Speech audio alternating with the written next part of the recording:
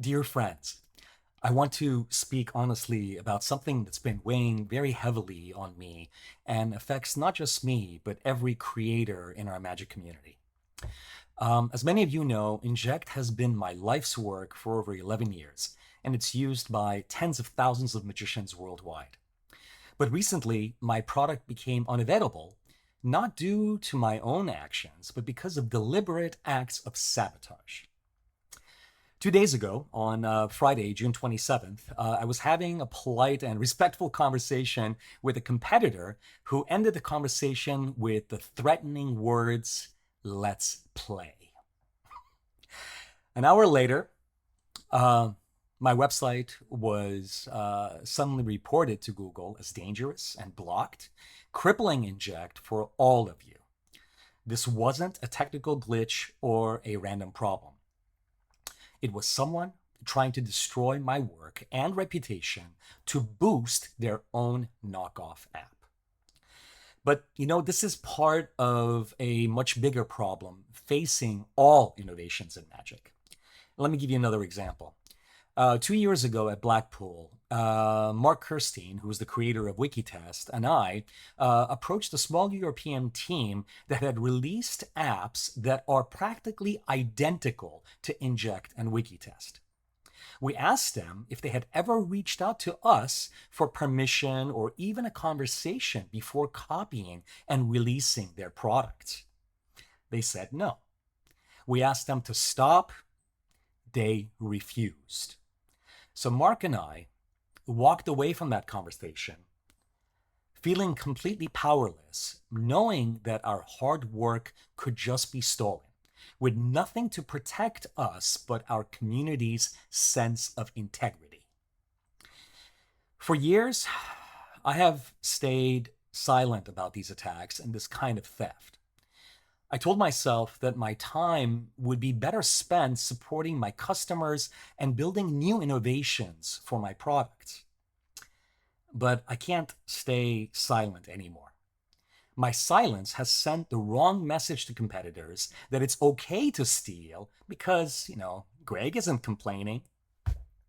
My silence has set a precedent that copying is somehow acceptable. Well, now I'm complaining. Copying our ideas is not acceptable. I want to make something very, very clear. Me and my fellow developers do not want to stifle creativity. Just recently, I worked with Guy Delfrat, who is the amazing developer of the Architect of Predictions, on an unbelievable project where we combined our efforts to create enhanced Inject. This is what real innovation looks like. Creators coming together, building something new, and moving our art forward. If competitors truly had new ideas that they wanted to bring to the Magic community, they could have easily reached out to me. I'm always open to collaboration when there is something original to build together. Unfortunately, one of my competitors believes that because I declined his offer of help with a recent technical problem, that somehow gave him the right to create a knockoff product. Once again, without my permission. I appreciate the gesture of help, but I know what I need to do to resolve issues with Inject, and my existing team is fully capable. Bringing on someone new just simply adds complexity and cost. And let's be honest, no one's going to work for free. This is about respect for the creative process. In the last 18 years that I've been making magic apps, I work every single day to make sure my customers are supported and my products are always working. Given that magic market is very small, this has never been about making a lot of money. Every one of our products are labors of love. We do this because we love magic. Unlike a traditional magic gimmick, like a special deck of cards or a new gimmick, a magic app faces constant challenges. Platforms change, technology breaks, and issues pop up all the time. But for 11 years, I have proven to my customers that I'm here to support them no matter what. These days, With AI and cheap software development, it's easier than ever for anyone to take an idea and turn it into an app. The real value, the thing that makes Magic apps special, isn't the code or the packaging. It's the ideas. It's the years and years of creative thought, trial and error, and refining what works best for magicians. That's our real intellectual property. That's what's truly at risk. Sadly, my competitors haven't brought anything new to the table. Their products are exact copies, plain and simple.